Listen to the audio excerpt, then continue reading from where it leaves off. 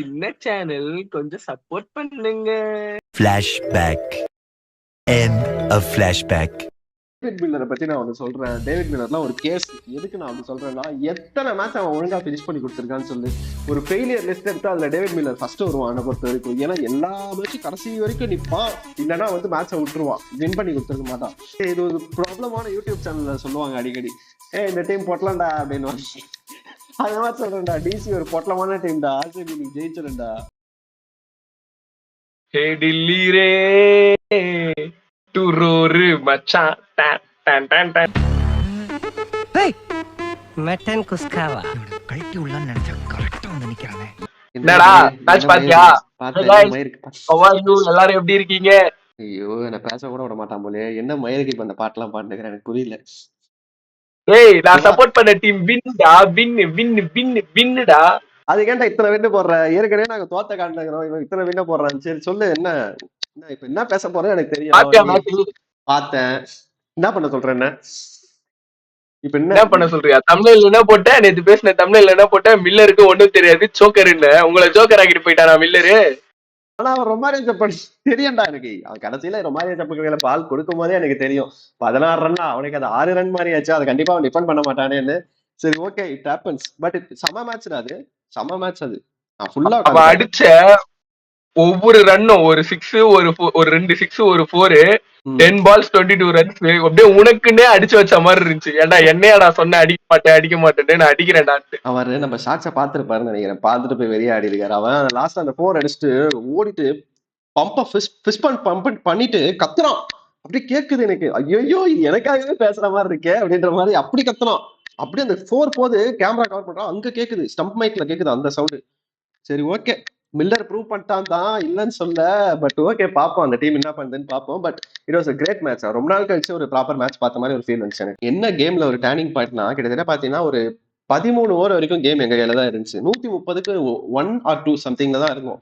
Full salt out ஆனது மட்டும் தான்டா கேம் சேஞ்ச் ஆச்சு. எஸ்பெஷலி ஃபுல் சால்ட்டுக்கு வந்து குல்தீப் யாதவ் வந்து அவுட் சைட் ஆஃப் ஸ்டெம்ப்ல ஒரு பால் போடுவான். என் தலைவன் அதை விப்பா போட்டு கவர்ஸ்ல ஆடுறன்ற பேர்ல கேட்ச் கொடுத்துருவான். அங்கதான் கேம் சேஞ்ச் ஆச்சு. தேவதர் படிக்கல் வேற இப்ப என்ன சொல்றது, வீரன் கோழையாக மாறி விட்டான்ற மாதிரி, மறுபடி பேக் டு ஃபார்ம்ன்ற மாதிரி இப்ப ரொம்ப கேவலமா ஆட ஆரம்பிச்சிட்டான். அவன் ஒரு பெரிய அடிக்கல் அமிக்கல் மாதிரி ஆடுறான் அப்படின்ட்டு இப்ப திருப்பி அமிக்கல் ஆயிட்டான். அவன் அடிக்கல் மாதிரி ஆடிட்டு இருந்தவன் அமிக்கல்லாம் மாறிட்டான்.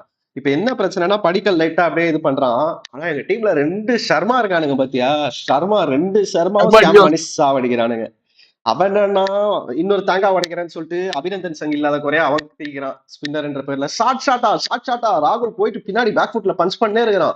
ஷார்ட் ஷாட்டா போடுறான். நம்ம ஜித்தேஷ் சர்மா இப்ப டெக்னிக்கல் பேட்ஸ்மேன் மாதிரி இப்படின்றாரு. ஏய் நீ சுத்துவேடா, சுத்துடாடுற. அவனுக்கு சுத்தமா இது பால் படவே இல்லை. காரணம் என்னன்னா, பிச்சு கொஞ்சம் ஸ்லோவா தான் இருக்கு, பால்ல பெருசா பவுன்ஸ் இல்ல.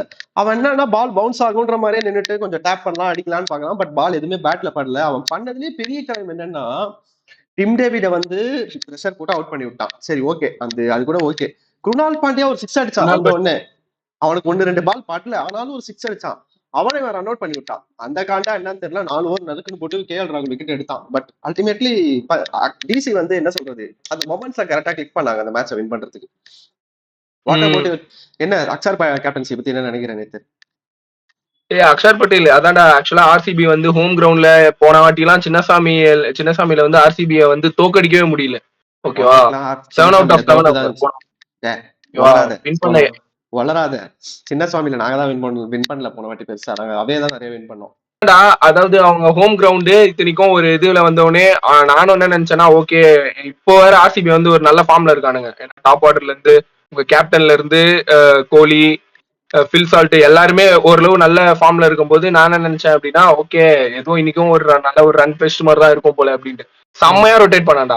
விராட் கோலி கரெக்டா நல்லா ஆடிட்டு இருக்கான். ஓகேவா? ஒரு 3-4ங்கிற மாதிரி நல்லா டச்ல இருக்கும்போது கரெக்டா இங்கிடி நம்மாலே வந்து ஃபர்ஸ்ட் எல்லாம் வந்து பாக்குறதுலாம் இல்ல, நான் எடுத்தோடனே அடிப்பேன் அப்படிங்கிற மாதிரி ஆச்சான்.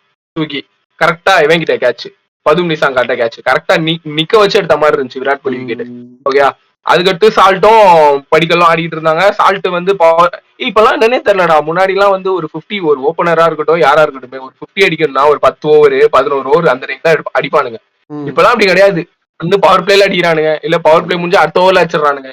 சால்ட் எல்லாம் அப்படிதான் நேத்து அடிச்சான். அடிச்சுட்டு அவன் நல்லா ஆடிட்டு இருந்தான். அதேதான் குல்தீப் யாதவ் ஒரு பால் போடுறான், கரெக்டா ஸ்டம்ப் லைன்ல போடுறான், 6. ஓகேவா, சால்ட் அடிச்சிட்டான். ம், அடுத்து ஒரு 2 பால் டாட்.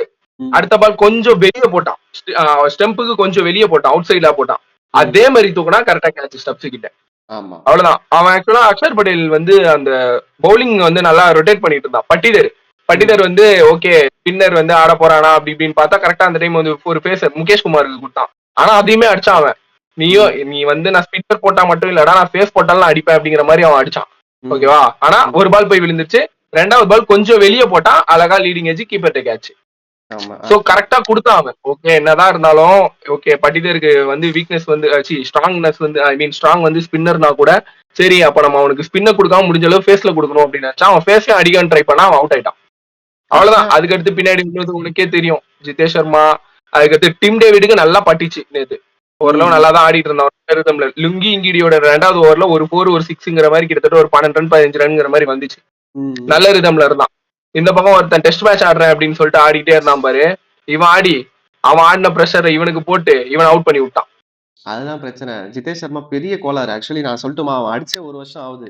அவன ரொம்ப ஹைப் பண்றாங்க. நான் லாஸ்ட் இயருமே சொல்லுவேன். அவனோட அந்த 17 மேட்ச்ல பாத்தீங்கன்னா 3 மேட்ச் தான் அவன் பெர்ஃபார்ம் பண்ணது. ஸோ ஜிதேஷ் சர்மா என்ன பொறுத்த வரைக்கும் ஓவர் ஹைப். நான் இப்பவுமே சொல்லுவேன், ஜிதேஷ் சர்மா ஏன்டா ஆடுறீங்க, அவனை உட்கார வச்சுட்டு விசால் கிட்ட க்ளவுஸ் கொடுத்துருங்கடா, கொடுத்துட்டு வெங்கடேஷ் ஐயர் ட்ரை பண்ணி பாருங்கடான்னு சொல்லுவேன். பட் அவ்வளவு சீக்கிரம் பண்ண மாட்டானுங்க. ஏன்னா ஜிதேஷ் சர்மா கீப்பிங் நல்லா பண்ணுவான். நேத்துமே ஒரு அல்டிமேட்டான கேட்ச் பிடிப்பான். பட் இல்ல அது அன்பார்ச்சுனேட்லி அந்த உண்மையில அந்த கிரெடிட்ஸ் நான் கொடுக்குறேன்டா கண்டிப்பா. அதெல்லாம் செம கேட்ச். நான் கீப்பிங் அதை ஆனா விட்டுருவான்னு நினைச்சேன், பார்த்தா அவன் ஸ்டிச் பண்ணி எடுத்துப்பான். கீப்பிங் சூப்பரா கீப்பிங் பண்ணுவோம். நான் நிறைய வாட்டி பார்த்திருக்கேன். கீப்பிங்கா இருக்கட்டும், அவனோட கீப்பிங்ல வர கால்ஸா இருக்கட்டும், இந்த விக்கெட் எல்பிடபிள்யூ அப்பீல் பண்றது அதெல்லாம் நல்லா இருக்கும். பட் பேட்டிங்ல ஒரு மாதிரி தான், எப்ப அடிப்பானே தெரியாது. அடிச்சா அந்த மேட்ச் வின் பண்ணி கொடுத்துரும், ஒரு மேட்ச் வின்னர் பெர்ஃபார்மன்ஸ் கொடுப்பான். அதனாலே அவனை வந்து இது ஓட்டை வச்சு எதை ரீடைன் பண்ணி யூஸ் பண்ணிட்டு இருக்கானுங்க. பட் வாட் எவர், நம்ம அப்படியே வந்து என்ன சொல்றது, டிசியோட அந்த ஃபீல்ட் செட்லாம் சூப்பரா இருந்துச்சு. விராட் கோலி பார்த்தேன்னு வச்சுக்கோங்க, பவர் பிளேல ஸ்டார்ட் பண்ணும்போது ஸ்டெப் அவுட் பண்ணி கவர்ஸ்ல அந்த ஒரு 4 அடிப்பான்.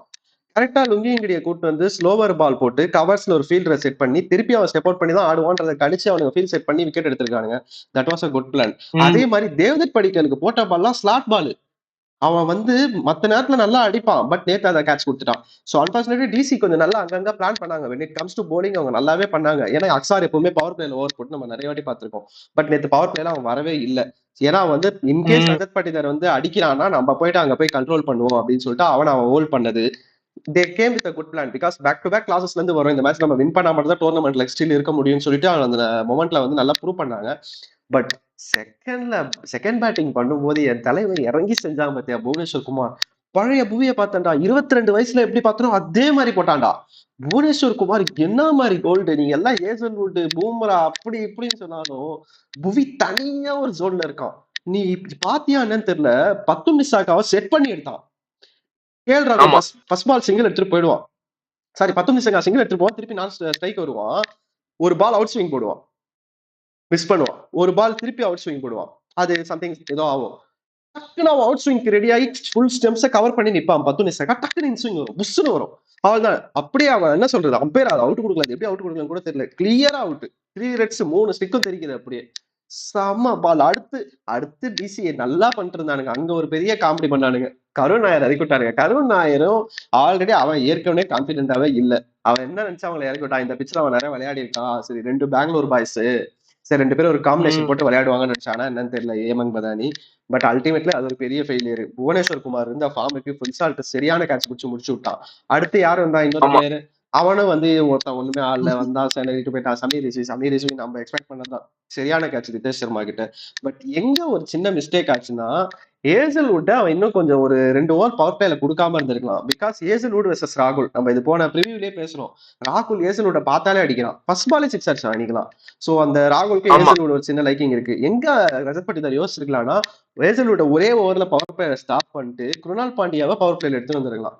புவி அண்ட் குருணால் பாண்டியா ஒரு டேண்டமா போடும்போதே அவன் 2 பேருமே அவனால அடிக்க முடியல. ஜென்ரலாவே அவங்க 2 பேருக்கு அகேன்ஸ்டா ராகுல் 110 ஸ்ட்ரைக் ரேட் வச்சிருக்கான். சோ நேத்து அவங்க 2 பேரும் ஒன்னா போட்டிருந்தாங்கன்னா கண்டிப்பா பயந்துருப்பான். நாளைக்கு நேத்து பாத்தீங்கன்னா குருணால் பாண்டியா தான் ஆக்சுவலி ராகுல் கிட்ட எடுப்பான். நீ நல்லா பாரு குருணால் பாண்டியாவோட மேஜிக்க.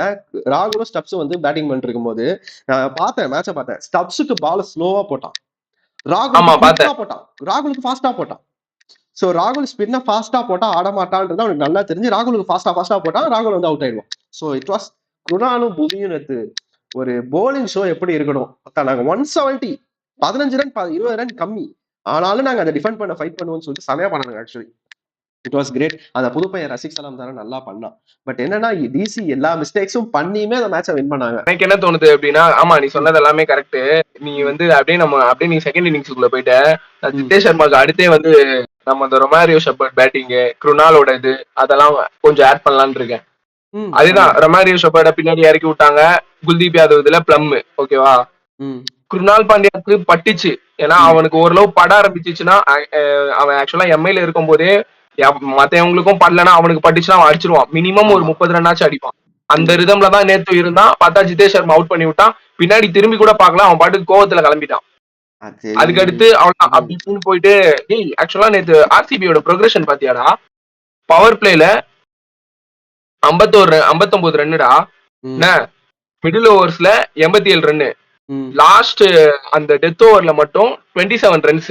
இதுல 3 விக்கெட்ஸ், அதுல 4 விக்கெட்ஸ் விட்டுருக்கானுங்க. சரியா ஆர்சிபி பிளான் பண்ணலையோ அப்படின்னு தோணுது எனக்கு. ஏன்னா ஆடுறது ஈவினிங் மேட்ச், எவ்வளவு ஸ்கோர் பண்ணணும்னு தெரியும். நீ 13 ஓவருக்கே 130 வந்துட்டீங்கன்னா நீ எப்படி எந்த டீமா இருந்தாலும் 200 டச் பண்ணிடும். ஓகேவா, ஆனா 175 கேம் முடிஞ்சிச்சுன்றது காரணம் ஜிதேஷ் சர்மா தான். ஜிதேஷ் சர்மா ரொம்ப தடவிட்டான், ரொம்ப தடவிட்டான். பிட்ச் வந்து ஸ்லோவா இருக்குன்னு தெரிஞ்சும் தடவிட்டான். அவனோட பர்ஃபார்மன்ஸே ஒரு தெரியுமா என்ன? அவன் வந்து சொல்லியிருக்கான் 2026ல முன்னாடி சொல்லியிருக்கான் என்னன்னு. எப்படின்னா, அதாவது எங்க டீமோட வந்து டாப் ஆர்டர் வந்து கொஞ்சம் கொலாப்ஸா இருக்கு. இதை வந்து நான் தான் முன்னாடி இறங்கி வந்து கொஞ்சம் நான் இது பண்ணணும் அப்படிங்கிற மாதிரி சொல்லியிருக்கான். ஆனா அவன் என்ன பண்ணிருக்கான் அப்படிங்கிறது உனக்கும் தெரியும், நம்ம வியூவர்ஸுக்கும் தெரியும். இது வரைக்கும் அவனோட பெர்ஃபார்மன்ஸ் ஏதோ ஒரு மேட்ச் மும்பை கூட மட்டும் தான் வந்து நல்லா ஆடி இருக்கான். எல்எஸ்சி கூட, மும்பை கூட கிடையாது, எல்எஸ்சி கூட நல்லா ஆடி இருப்பான். மொத்தமா அவன் கொலாப்ஸ். எல்எஸ்சி கூட மொத்தமா கொலாப்ஸ். ஆக்சுவலி நான் தான் சொல்றேன், அவன் நல்லா விளையாடி ஒரு வருஷம் அவன் சின்ன டோர்னமெண்ட் முன்னாடி விளையாடான். அதுலயுமே ஒண்ணுமே மயிர் கொடுங்கல. அவன் எனக்கு தெரிஞ்சு வித்தியாசமா நான் முன்னாடியே சொன்னதுதான், கொஞ்சம் ஐப் அதிகம். அவன் நல்ல கீப்பரு, பட் பேட்டிங் சுமார் தான். ரீப்ளேஸ் பண்ணனா ஆப்ஷன் இருக்கு, பட் ஆர்சிபி ஒரு சீக்கிரம் அதை பண்ண மாட்டாங்க. பிகாஸ் ஒரு லாஸ்க்காக யாருமே சேஞ்ச் பண்ண மாட்டாங்க. They will go with Jitesh Sharma தான். சுயா சர்மா தேங்காய் உடைக்கிறான், பட் அவனுக்குமே எங்களுக்கு பார்த்தா ஆப்ஷன் கிடையாது. ஒரு நல்ல ஸ்பின்னர் ரீப்ளேஸ்மெண்ட் கிடையாது. அதுவும் ஒரு பிரச்சனை இருக்கு. மேபி கனிஷ் சௌகான் யோசிக்கலாம், பட் கனிஷ் சௌகான் நல்லா பண்ணியிருக்கான். பட் ஒரு ஆஃப் ஸ்பின்னர் வேணுமா அப்படின்ற மாதிரி அவங்க யோசிப்பாங்க. ஏன்னா ரீசென்ட் டைம்ஸ்ல T20ல ஆஃப் ஸ்பின்னர் போட்டா பொழக்கிறானுங்க. ஆஃப் ஸ்பின்னரே கிடையாது இப்போ ஐபிஎல்ல பொறுத்த வரைக்கும். ஸோ அதுவுமே அவ்வளவு சீக்கிரம் மாற்ற மாட்டானுங்க. எனக்கு ஒரே ஒரு டவுட் என்னன்னா, ஆர்சிபி மேனேஜ்மெண்ட்ல ரொமாரியோ ஷெப்பர்ட் ரோல் அது என்ன?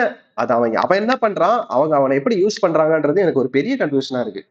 பிகாஸ் அவன் வரதே 16வது ஓவருக்கு அப்புறம் தான் வரான். சரியா, அவன் வேலை என்னன்னா அந்த 16 ஓவருக்கு அப்புறம் வந்து ஒரு ஓவருக்கு ஒரு 6 அந்த மாதிரிலாம் அடிக்கணும். அதுதான் அவன் பண்ண வேண்டிய வேலை. ஆனா அவன் தடவுதான் வந்து அவன் எதுக்கு அந்த ரோலை எடுத்து பண்றானே தெரியல. 2 மேட்ச் தான் அவனுக்கு சான்ஸ் கிடைச்சிருக்கு 6 மேட்ச்ல. அந்த 2 மேட்ச்மே ஒண்ணுமே போடுங்கல.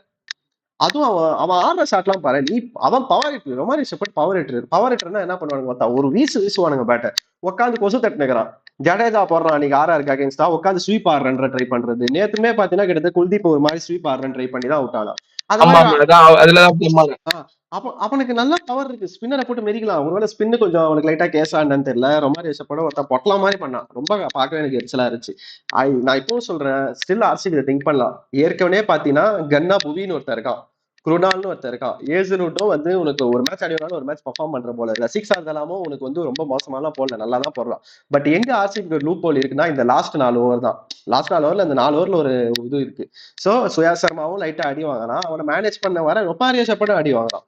சோ இதை மட்டும் அவங்க கொஞ்சம் திங்க் பண்ணி ரொமாரியோ ஷெப்பர்ட், ஜேக்கப் டெஃபி 2 பேரையுமே அவனுங்க என்ன பண்ணலாம்னா இம்பாக்ட் பிளேயரா வச்சு இன்கேஸ் பேட்டிங் தேவைப்பட்டா ரொமாரியோ ஷெப்பர்ட் இறக்கலாம். இன்கேஸ் தேவைப்படல அப்படின்னா ஜேக்கப் டெஃபியை கேம்குள்ள கொண்டு வந்தா ஜேக்கப் டெஃபி, சுரேஷ் சர்மான்னு சொல்லி மிக்ஸ் பண்ணலாம். கொஞ்சம் பெட்டரா இருக்கும். அது வந்து ஆர்சிபி மேனேஜ்மெண்ட் திங்க் பண்ணணும்.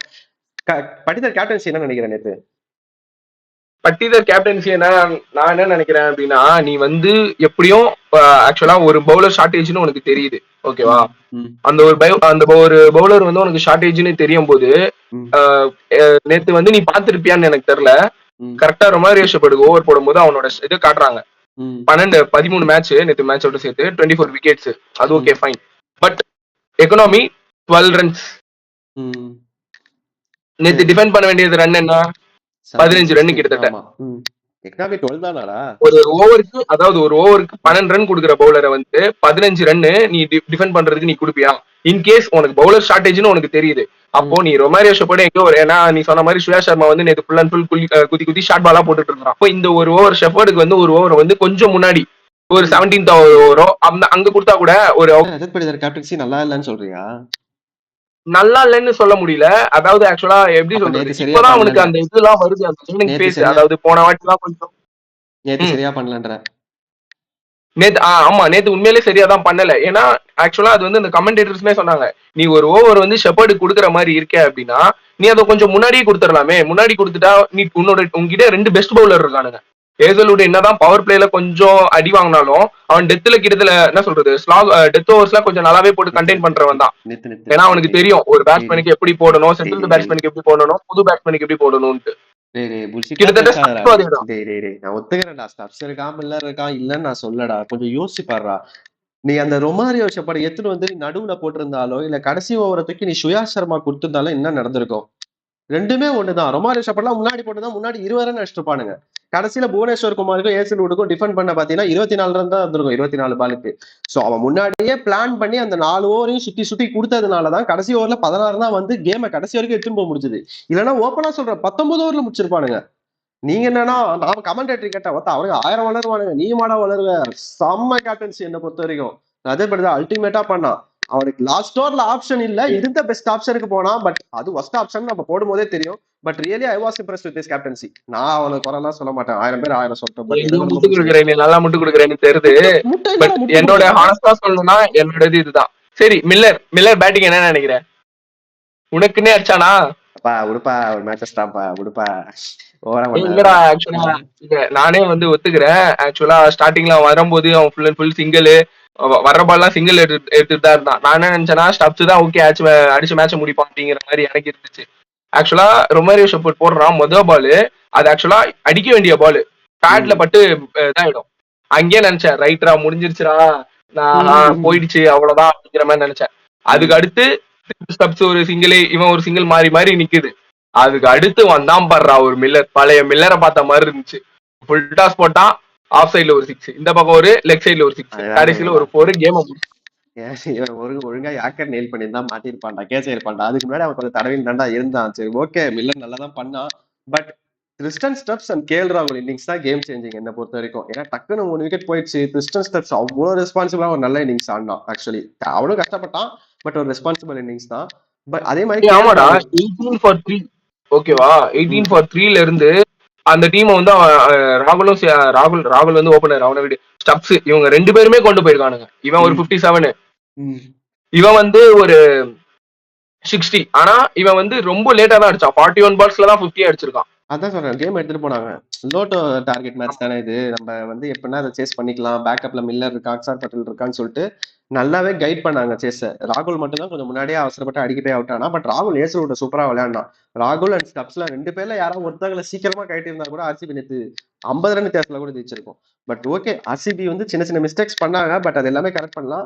டிசி நிறைய மிஸ்டேக்ஸ் பண்ணாங்க. But they won the match. அதுதான் அப்படின்னு எனக்கு தெரியல. பார்த்திருப்பீங்க ஆர்சிபிக்கு வந்து நம்ம கோபால் வந்து எந்த அளவுக்கு டஃப் கொடுத்து அந்த முட்டு கொடுத்தான் அப்படின்ட்டு. நீங்க நான் வந்து டெல்லிக்கு ஃபேவரா பேசியிருப்பேன். இந்த வீடியோ பார்த்துட்டு உங்களுக்கு ஏதாச்சும் பாசிட்டிவ் ஆர் நெகட்டிவ் ஏதாச்சும் இருந்துச்சுன்னா கமெண்ட்ஸ் பண்ணுங்க. அதே மாதிரி லைக் பண்ணுங்க, ஷேர் பண்ணுங்க, மறக்காம சப்ஸ்கிரைப் பண்ணுங்க. பாய் வியூவர்ஸ், பாய்.